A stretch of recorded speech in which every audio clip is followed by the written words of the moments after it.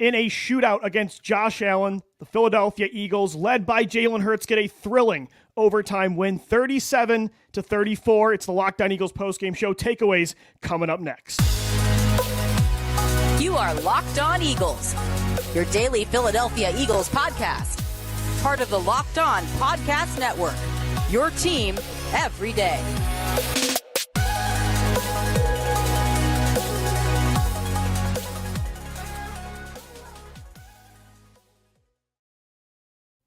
This episode of the Locked On Eagles podcast is brought to you by LinkedIn Jobs. LinkedIn Jobs helps you find the qualified candidates you want to talk to faster. Post your job for free at linkedin.com/LockedOnNFL. That's linkedin.com/LockedOnNFL to post your job for free. Terms and conditions do apply. We thank you so much for making Locked On Eagles your first listen each and every day right here on the Locked On Podcast Network. I'm Louis DiBiase, joined as always by Gino Camilleri. The Philadelphia Eagles have punched their ticket to the NFL playoffs 6 of the last 7 years. Wrong. No, they didn't clinch. That's false information. They got to win one more, but they're a step closer after that. They're a step closer, man. Sorry, this is a thriller. I am spent. What an incredible game. 37-34, the final over the Buffalo Bills. The Eagles now 10-1, nearing a clinching berth into the playoffs in the NFC. And man, so many takeaways to get into. I think this could have been the game of the year, honestly, Gino. Honestly, if you're asking any national NFL fan that wasn't a fan of the Eagles or Bills, this was a back-and-forth battle between two of the best quarterbacks in the league. Jalen Hurts, I thought that first half was one of the worst halves he's had since 2021. It looked like it. And then he comes alive, 5 total touchdowns, the game-winning rushing touchdown in overtime. This was an MVP-like statement from QB1, who just never wavers, and that's why this team always has an answer in the situation, no matter how good the other team is, how good the other quarterback is, and that's all because of number one. If you watched rivalry weekend for college football, that was some big-time football, especially Alabama. If you saw how they won, Jalen Milroe on 3rd and forever delivers a dime to the back of the end zone to upset, or not to upset Auburn, but to beat Auburn.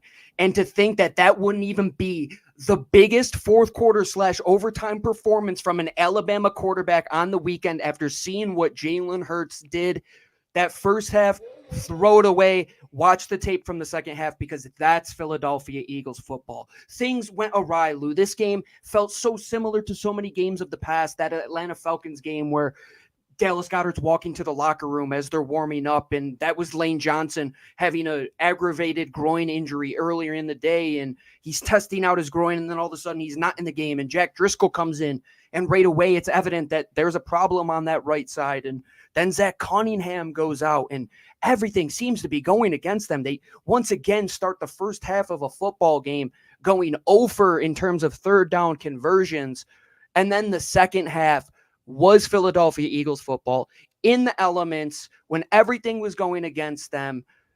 Lane Johnson being how it's one of those things that you can never overcome, and the Eagles finally, it's like that last thing that they had to really break through, Lou, where it's like they had to get that last infinity stone. Like, can we win a game without maybe our co-MVP on the offensive line in Lane? And they somehow found a way, lost the turnover battle. But in the fourth quarter, when it mattered, Josh Allen, hats off to him, played a freaking flawless game. He had this Eagles team beat late in that game. I mean, Gabe Davis just runs a little bit off of his route, and it takes a little bit of luck. But when your quarterback is as flawless as he is in games where he is trailing, Lou, add another one on the back. 10-plus point comeback. Double-digit comeback. Dude, he's unbelievable. Statistically the best quarterback in the league in these situations, and it's so incredible. He's not leading these comebacks against just the Washington Commanders or the Los Angeles Rams. He's doing it against the Kansas City Chiefs, the Buffalo Bills in back-to-back weeks. The fact that they're, 4-0 now in this gauntlet stretch against the Miami Dolphins, the Dallas Cowboys, the Chiefs, the Bills, and every single week it's the same situation where they are trailing, they are turning the ball over. Things are not flawless in the first half. So many situations where other teams, like, it would come off the rails, but Jalen Hurts always finds a way to keep it on the tracks. And this time, sometimes it's because of the defense not playing well. He's not getting protection. There's drops. Today, a lot of it was on him. Like, we'll get into Brian Johnson. I thought the play calling was very up and down, as it normally is. But Jalen in the first half, he looked like 2021 Jalen. He wasn't seeing the field well. He was bailing on pockets early, just didn't feel like he had confidence, because I think a lot of that was he didn't have a lot of faith in Jack Driscoll at right tackle. I think he felt rushed because he did not have the other most valuable player of this team on the field in Lane Johnson, but he settled in the second half. They relied on DeAndre Swift more, and Hurts made some, not just the runs, some incredible throws. I mean, you look at that touchdown to Devontae Smith in the end zone. He was dealing, and the fact that he was able to outduel this version of Josh Allen, who, like you said, was nearly flawless, absolutely incredible. There wasn't really a lead MVP candidate, in my opinion, in the NFL before this game. Right now, I don't know how you justify anybody being the MVP that's not named Jalen Hurts. I don't know. That's the way I see it. Those Heisman moments, man, like they write themselves. Like that moment where you look back and it's like, where was it for Jalen Hurts this season? That walk-off win, which, by the way, Sean McDermott going engage 8 like basic Madden 101 on 3rd and 4 when you've done a pretty good job containing Jalen Hurts all day is crazy, but Jalen Hurts answered when it mattered, and you have to give so much credit to the guys around that offense, Lou, because it wasn't just him. I mean, Devontae Smith puts up a fantastic performance. He finally gets that 100-yard outing. DeAndre Swift, they weren't giving him the ball in the first half. Then all of a sudden it's like, oh yeah, this guy's really good at running the football, and we're going to do that. And whoever, one of the everydayers, I literally will love you forever if you can do this. Make the meme of Scooby-Doo when they pull the mask off of the villain and put Brian Johnson underneath that, because the guy in the first half that called the plays as opposed to the guy in the second, it's not the same person. There's no way. You can make the meme for Jalen Hurts, but way more Brian Johnson. I mean, that first half was, I almost wanted to call for his job. It was that abysmal. He's throwing surrender screens to Julio Jones on 3rd and long, and he's using Boston Scott and Kenneth Gainwell far more than he's using DeAndre Swift. Quarterback draw after quarterback draw when it's not working. The RPO game wasn't really working because they had not established the run. And then, yeah, man, in the second half, just incredible play calling. I think a lot of it, though, was he settled down and he started to just rely on this offensive line and DeAndre Swift, right? I think the first half still was way too pass heavy. And I think, again, in the second half, he just kept it simple. And that's when it started to work with the RPO game. The quarterback draws, they finally did work because I think he wasn't forcing it as much. But that was a Jekyll and Hyde type of performance from the quarterback and the play caller as I've ever seen. Ever. I mean, how do you go from, pristine, like 2017 Philadelphia Eagles Monday Night Football Chip Kelly performances where it's like, we'll remember that second half. I'll remember that second half forever. That was unbelievable. I mean, Jalen Hurts rolling to his left with Olamide Zaccheaus making one of the best plays on the football. Every young wide receiver, if you watch that game, how to track a ball, how to play a 50-50 ball, Olamide Zaccheaus, who we were talking about. Man. I mean, across it, there was Jalen Milroe. That's exactly what Jalen Milroe did last night. Put it right over a Bills defender who's all over OZ. And OZ hit, Gino, we've been saying it all the time, that third target with Dallas Goedert out. He just needs to hit those few 3-pointers in the corner when you ask him to, right? And OZ made the one play Jalen needed him to come through. And again, that throw, the Devontae Smith pass, I can't believe, again, if you would have said Josh Allen had 339 yards and 2 touchdowns through the air, 81 yards on the ground and 2 other touchdowns rushing, and they put up 34 points, and then you show what happened in the first half to Jalen Hurts, and you would tell me they won this game, I might believe you because of the 2023 Eagles is who they are, but they had no business winning, but they always find a way, and it's getting maybe repetitive to say, but they really just always have an answer.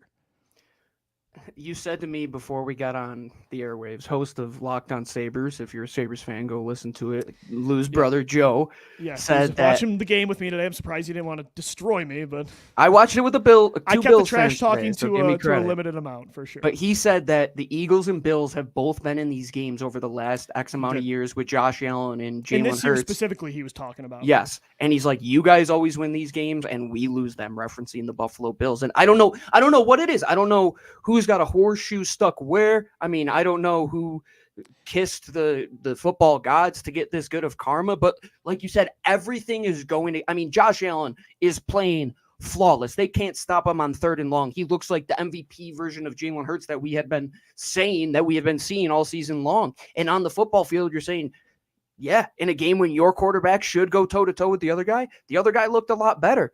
But then when they had to hunker down and that second half came around and the offense had to do what they had to do, Lou, the defense didn't show up. The defensive line could not get home to Josh Allen. They started running the football exceptionally well. Yeah, and then all of a sudden, your offense settles in and does what we knew they could do. They put up 37 points without Lane Johnson and Dallas Goedert. We talked about last week being impressive, Lou. When you look back, how impressive is this victory as opposed to last week? I mean, it's two different ball games, but this one, it's like you just kept getting punched and knocked down. And that was a literal Rocky game. Your eyes aren't even cut open after this one. It's like, Adrian, it's like, dude, we can't even walk out of the stadium alive because we put it all on the table. That's really what happened tonight against Buffalo. It's one of the most impressive performances I've ever seen. In the second half alone, you could throw the first half out. Just quarters 3 through overtime, that's some of the best Philadelphia Eagles football I've seen, and the most impressive, like you said, considering the situation with the injuries, the way Josh Allen's playing, the weather, it's pouring rain. It's not an easy environment, and the Eagles found a way to get the job done, 37-34, the final score, an overtime win. The Eagles now 10-1, just one win away from clinching the playoffs. More takeaways coming up next right here on the Locked On Eagles podcast. This episode of the Locked On Eagles podcast is brought to you by LinkedIn Jobs. When you're hiring for small businesses, you want to have many top-tier candidates as possible to interview. That's why you got to check out LinkedIn Jobs. They have the tools to help you find the right professionals for your team faster and for free. LinkedIn just isn't not another job board. LinkedIn has a vast network of more than 1 billion professionals, which makes it the best place to hire. Hiring is easy when you have the many quality candidates that they provide. So easy, in fact, that 86% of small businesses get a qualified candidate within 24 hours. LinkedIn knows that small businesses are wearing so many hats and might not have the time or resources to hire. Thankfully, with LinkedIn, the process is intuitive, quick, and easy. They even just launched a feature that helps you write job descriptions, making the process even easier and quicker. Post your job for free at linkedin.com/LockedOnNFL. That's linkedin.com/LockedOnNFL to post your job for free. Terms and conditions do apply.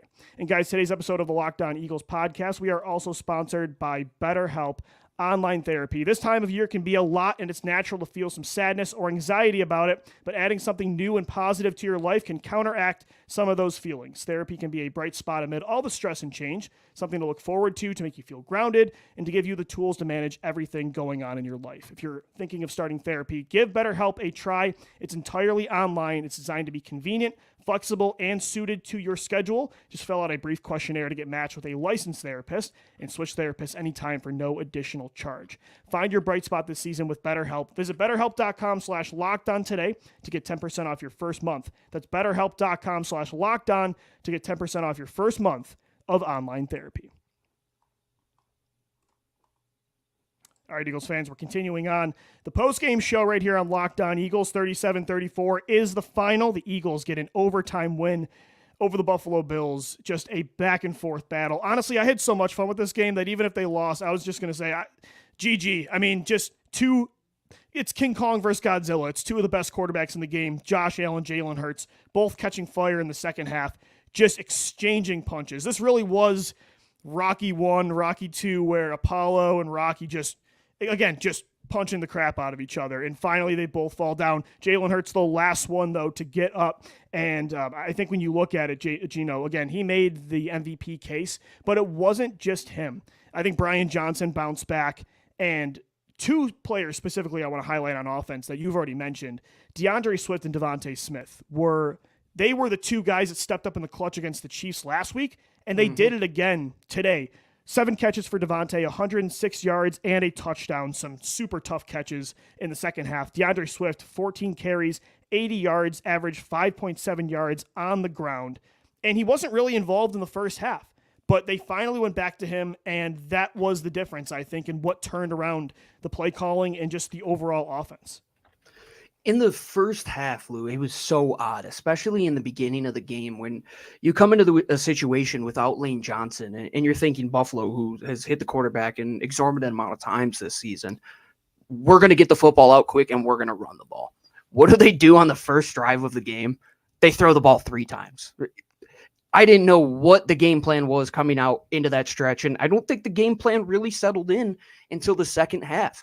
Because, Lou, when they leaned on their run game, when they were so good late in the last couple seasons where they're able to churn out those games where they weren't able to do it today, Buffalo kind of did it to them late in that fourth quarter where they can just run it down, get a good mix of balanced offensive play calls where you're calling runs, you're calling motion, you're calling play action. When Brian Johnson does that, he's pretty good. He's a pretty good play caller. And the second half goes to show, I'm with you. In that first half, you're saying, why are we doing the same thing we did last time? Jalen Hurts, he's got a bum knee. We're trying to run this guy out again. But as stubborn as he is, man, somebody who is stubborn, I got to appreciate it. He wins the game calling a Jalen Hurts, like, put the ball in your best guy's head. Who do you want taking the last shot? Like, do you want LeBron or do you want, Ilgauskas to take it? Like, right, I'll give it to LeBron James, right? And at least he didn't hand the ball off to Kenneth Gainwell, right? If he's going to do something over and over again, I'd at least like it to be, as you mentioned, giving the football to their best player. Yeah, I'm with 100%. And it wasn't pretty, and hats off to all those guys. I mean, even late in that game when Jason Kelsey takes two weird false starts, which is for a veteran and a first ballot Hall of Famer. It almost cost him the game. It made it a 59-yard attempt. Oh, how have we not mentioned it? Jake Elliott, build him a statue today, please. The greatest kicker in the history of the organization. No disrespect over to David Akers. I agree. No, I'm with you. I think Jake Elliott, the amount of clutch kicks that you think a lot of other players would miss. Mm-hmm. In the rain, it's windy, by the way, too. He bangs a 59-yarder with the game on the line. And, kicker might have been the difference, too, because Tyler Bass for the Buffalo Bills missed multiple kicks. Multiple kicks that kept points off the board, and it was a 3-point game. Bass missed 2 field goals today, and Jake Elliott hit the one that they needed to. Well, Lou, Tyler Bass missed 1 field goal, and Defensive Rookie of the Year, and now maybe the best special teams play we have seen all season, Jalen Carter blocked a field goal. How unbelievable was that play? They just got big plays in big-time situations when it mattered. Was it pretty? Absolutely not, dude. The Bills went up and down the field at times on you with guys like when they went 3 straight runs of 10+ yards, and it wasn't just James Cook, it was Latavius Murray and like the other backs that aren't as good as James Cook. You're thinking, man, this is odd. But then you take a step back, you're like, oh, Zach Cunningham came out of this game, and Jordan Davis and Jalen Carter really are the only 2 guys right now with Milton Williams out and Fletcher Cox hurt, and they didn't have that deep rotation, and the adversity was there, but they overcame it, and it was the next man up. Even to the point where Christian Ellis makes a pretty big play at the end of the game when he looked abysmal after filling in for Zach Cunningham. Making plays. Jordan Davis freaking sold out, game on the line, puts his body on the line, dives for Josh Allen to keep it to 3rd and 7, arguably the biggest play of the game. I tweeted out that Jordan Davis worked for a living today, which is quoting as Iron Man in the Avengers. Yeah. So our Marvel nerds will understand that quote. But yeah, Fletcher Cox goes down and Jordan Davis had to work today. And he was instrumental against the run. And that chase down of Josh Allen. This guy is 350 pounds, right? He's 6'6", and he's chasing down one of the most mobile quarterbacks in NFL history to force a 3-7, which was huge, Gino. Again, that kept the Bills back behind the sticks. And yeah, just everybody made a play. DeAndre Swift, Devontae Smith, OZ made a touchdown catch when his number was called. Even Jack Stahl, he only had 1 catch for 14 yards, but Gino had set up one of the touchdowns to get the Eagles back in the football game, and he ran a guy over. Boston Scott made some plays. Kenny G in the first half had a nice 20-yarder. It took everybody. It really took a village to take down Josh Allen.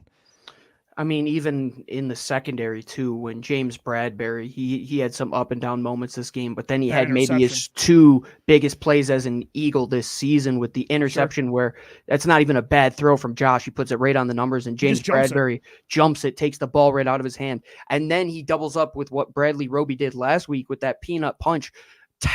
Textbook punch through the hands as a cornerback to break up the ball. Doesn't even touch his body too, right? Because he could have technically been down. He swished it. He literally swished the fumble. He only hit the ball, which was the incompletion, rather. Bradbury did allow. It was definitely an up and down game for him. He allowed the touchdown from Gabe Davis. No, that was Christian Ellis. He didn't even pick his hat. He has like inside leverage on him. He should have picked his hat up, but Christian Yeah, Ellis that's what I think. provided no inside support for this team. But I will say, Bradbury made a couple big plays, and then you have Darius Slay who's shadowing Stephon Diggs the entire game, and Diggs only had six catches for 74 yards and a touchdown, but it reminds me kind of the Travis Kelce performance last week. It's sure, Kelce got his, right? He had 7 catches, he had a touchdown, but if you were to tell me that Kelce and Diggs in back-to-back weeks had under 80 yards receiving, I would take that every time. They did a good job, I think, in not allowing Diggs to be the guy that won the game for them. One thing they did a very bad job of, though, Lou, was allowing Josh Allen to be Josh Allen in this game. And I don't know what the game plan was trying to contain him. I would like to see how many times they actually tried to spy him. I think Hassan Reddick was trying to towards the end of the game there. The first half, it felt like they had, in the first quarter, they were trying a little bit and they got away from it because when they couldn't get that initial rush, when they couldn't get him down in that first sack and Allen escaped, it didn't feel like anybody was really watching him, which is crazy to me. Once Contain broke down, it was game over for them. Oh, yeah. And that's something you got to watch going forward. I mean, it definitely is a liability. Good thing is you're not playing unbelievable Superman type of guys that play that flaw of a game like Josh Allen. They kind of got their own treatment of their own medicine, right? With how many other teams have to deal with this playing Jalen Hurts. The Eagles saw that against Josh Allen. You're not going to play number 17 a whole lot this year. No, not at all. And I'll say one thing, good thing they're 6-6. I mean, I don't want to see them in a rematch. If you're talking about quarterback play, who in the AFC right now? It's Pat, it's him, it's Lamar. I mean, Joe goes down. Do you want to see an up and down Trevor Lawrence? I think he's one of the top 2 options. I don't want to play if he makes it through an AFC gauntlet, that's for sure. But at the same time, Lou, it doesn't matter if you have Jalen Hurts on the other side of the ball, and he is, in my opinion, the clear-cut MVP after this game. I think that was an MVP performance in the second half by every stretch of the imagination. Final takeaways coming up next, 37-34, the final. The Philadelphia Eagles 10-1 now after an overtime win over the Buffalo Bills. Today's episode of LOE, another postcast where we're talking about a dub, is brought to you by our friends over at Prize Picks. If you want to get some wins yourself, make sure you go to Prize Picks to compete in the biggest daily fantasy sports platform in North America. All you have to do, you pick 2 to 6 players. It doesn't even have to be the same sport. We're talking about NBA with LeBron James. Heck, you could put LeBron James and Jalen Hurts in your same entry. All you have to do, 2 to 6 players, say, are they going to have more or less than their Prize Picks projections? You can also play alongside rapper Meek Mill. I mean, he was the heartbeat of Philadelphia. Who doesn't want to do that? Comedian Andrew Schultz as well. And there's only one place to do it. And where we do it here at the Locked On Eagles podcast, it is at Prize Picks. So go to prizepicks.com/LockedOnNFL and use code LockedOnNFL for a first deposit match up to $100. Make sure you go and tell them where you came from. That is from Locked On NFL. Go to prizepicks.com/LockedOnNFL. You put in 100, they'll give you 100. We thank Prize Picks for sponsoring this episode of Locked On Eagles. 37-34, the final. The Philadelphia Eagles get an overtime win over the Buffalo Bills to improve to 10-1 on the season. Another double-digit comeback win for Jalen Hurts and the Eagles. Jalen Hurts, let me just read off these numbers. In the first half, Gino, he was 4 of 11 for just 33 yards passing, 7 carries for 22 rushing yards, a touchdown, but also 2 turnovers. In the second half, he goes 14 of 20 for 167 yards, 7 carries for 43 yards, and 4 touchdowns, 0 turnovers. That, to me, is an MVP performance.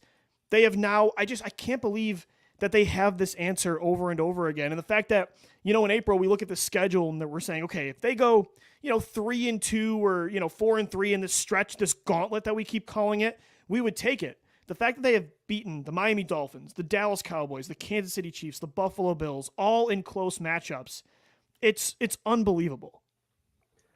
I kept saying, all of these teams have to look at their schedule and say, we are playing the Philadelphia Eagles.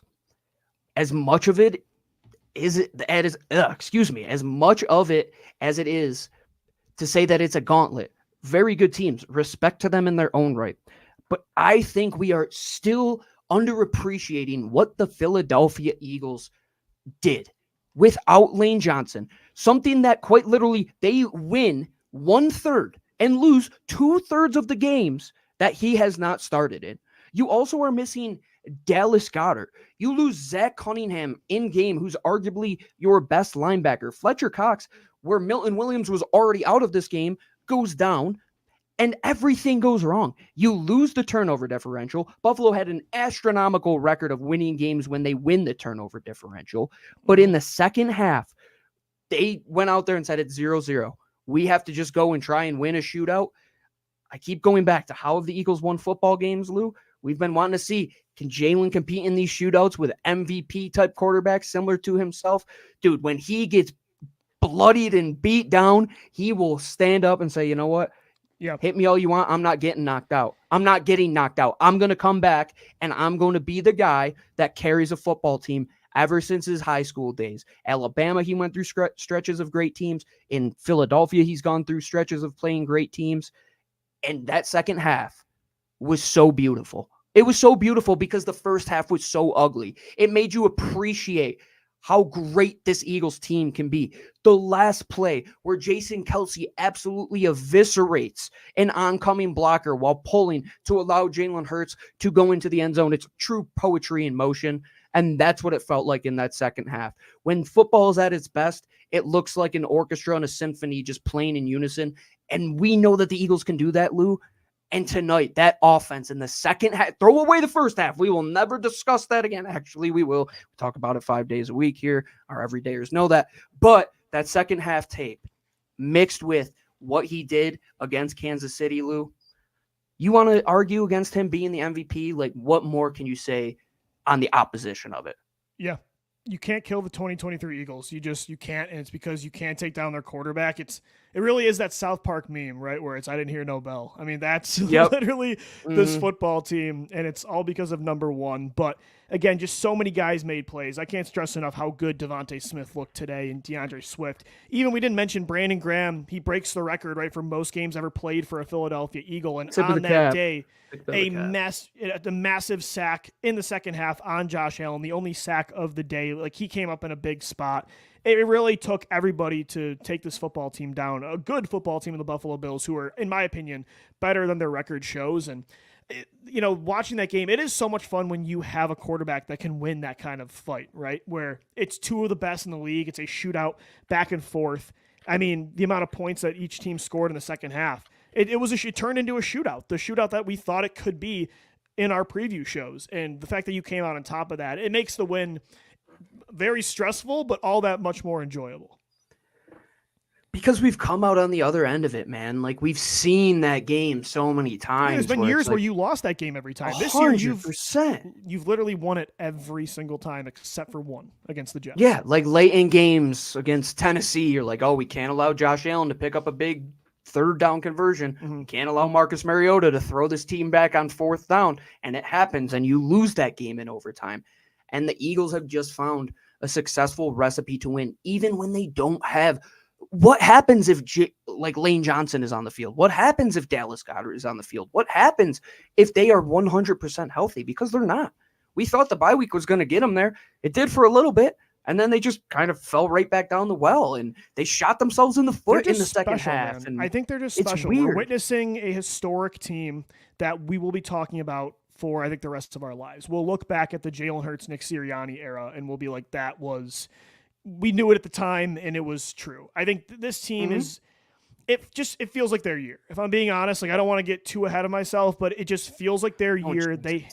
I'm not going to jinx you, but they have an answer for everything. And again, like you said, they didn't have two of their best players on offense, and the other team has an MVP quarterback that puts up those kind of numbers, and you win. I mean, just unbelievable. It doesn't get easier. Doesn't get easier. They play the San Francisco 49ers coming up next week. The Dallas Cowboys come soon. The Seattle Seahawks. So it's only going to get tougher, but the Eagles are nearing clinching the playoffs and a stranglehold on that one seed in the NFC. Gino and I will continue to recap this game tomorrow, though. Stock up, stock down, coming your way right here on your daily Philadelphia Eagles podcast, Locked On Eagles. And we thank you so much for making Locked On Eagles your first listen each and every day. 37-34, the final score. The Eagles take it over the Buffalo Bills. For Gino Camilleri, I'm Lou DiBiase signing off. As always, thank you for downloading, thank you for watching and listening, and let's go Birds. Fly, Eagles, fly.